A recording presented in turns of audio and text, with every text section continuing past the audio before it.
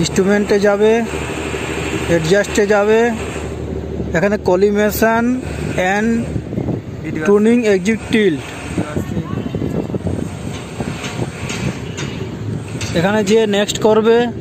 তো এখানে দেখো হরিজেন্টাল কলিমেশন আছে 0, ভার্টিক্যাল কলিমেশন 13 সেকেন্ড। ঠিক আছে, এখানে যা আছে থাকতে দেবে, নেক্সট করে দেবে। নেক্সট করে এখানে দেখো ফেস 1 আছে, ফেস 1 অবজারভেশন, ফেস 2 অবজারভেশন। তো ফেস 1 অবজারভেশনে এই মেজারটা ক্লিক করলে ফেস 1 অবজারভেশন নিয়ে নেবে। দিয়ে দেখো এখানে লেখা আছে চেঞ্জ ফেস। তো চেঞ্জ ফেসে ক্লিক করলে মেশিনটা অটোমেটিক রোটেট হয়ে যাবে। রোটেট হয়ে যাওয়ার পর যেখানে আপনি ফার্স্ট মেজার করেছিলেন সেখানে আবার পৌঁছে যাবে। তো সেখানে পৌঁছে গেলে কিছুটা যদি এরর থাকে তাহলে সেইটাকে প্রিজমের মধ্যে ভালোভাবে অ্যাডজাস্ট করে কাট করে সাইড করে দিয়ে আবার এখানে মেজার করব। দিয়ে আবার মেজার করলেও ফেস 2 মেজার নিয়ে নেবে।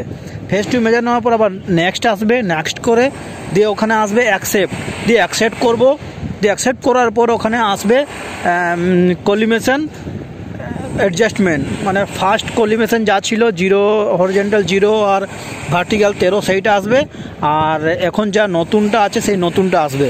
ঠিক আছে, ওইটাকে দেখে তারপর অ্যাকসেপ্ট করে দিলেই মেশিন অটোমেটিকই ওখান থেকে বেরিয়ে ও নর্মাল মোডে চলে আসবে। মানে তার মানে ইনস্ট্রুমেন্ট ক্যালিব্রেশন হয়ে গেছে। তখন আবার আমরা যে কোনো একটা জায়গায় যেরকম আমরা পেপারে বা কোনো কিছু প্লাস মার্কিং করে কাট করে যে মেশিন চেক করি, এরার যে চেক করার পদ্ধতি আছে সেখানে আমরা চেক করব।